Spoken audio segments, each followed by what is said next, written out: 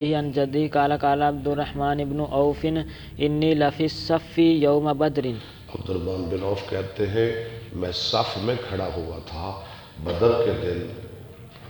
اذا التفت فاذا عن یمینی وعن یساری فتیانی حدیث السن۔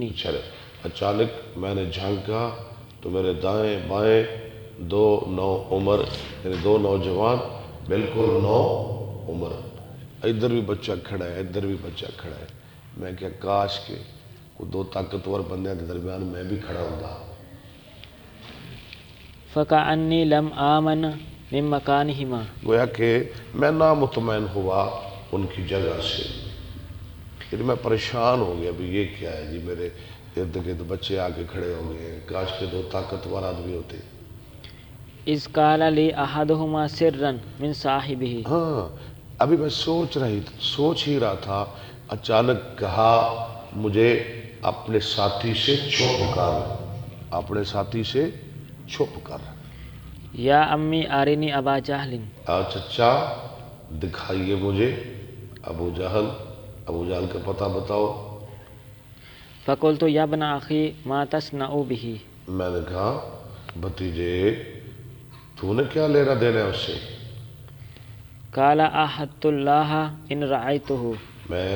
اس نے کہا میں نے اللہ سے عہد کیا ہے اگر میں اسے دیکھ لوں ان اقتلہ، کہ میں اس کو قتل کر دوں گا، او اموت دونہ، یا میں خود مر جاؤں گا اس کے سامنے، یا وہ نہیں یا میں نہیں۔ فقال لی الآخر، اور فقال علی الآخر نہیں،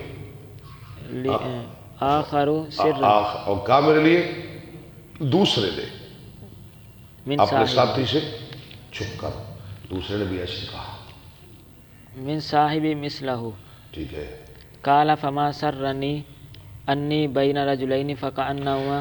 عبد الرحمن کہتے اب مجھے نہ خوش لگا کہ میں کھڑا ہوتا درمیان دو طاقتور آدمیوں کے، یعنی ان کی بات سن کے اب میں خوش ہو گیا۔ میں نے کہا کیا بات ہے، اب وہ بات ختم ہوگی جو میں کہہ رہا تھا کہ کاش کے دو طاقتور آدمی میرے دائیں بائیں ہوتے۔ فاشرت لہما الیہ فشد علیہ میں مثلہ۔ نے انہیں اشارہ کر دیا اس کی طرف، وہ چڑھ دوڑے اس پر، شدّا تسنیہ مذکر غیب، مثل الثقلین، کیسے چڑھے؟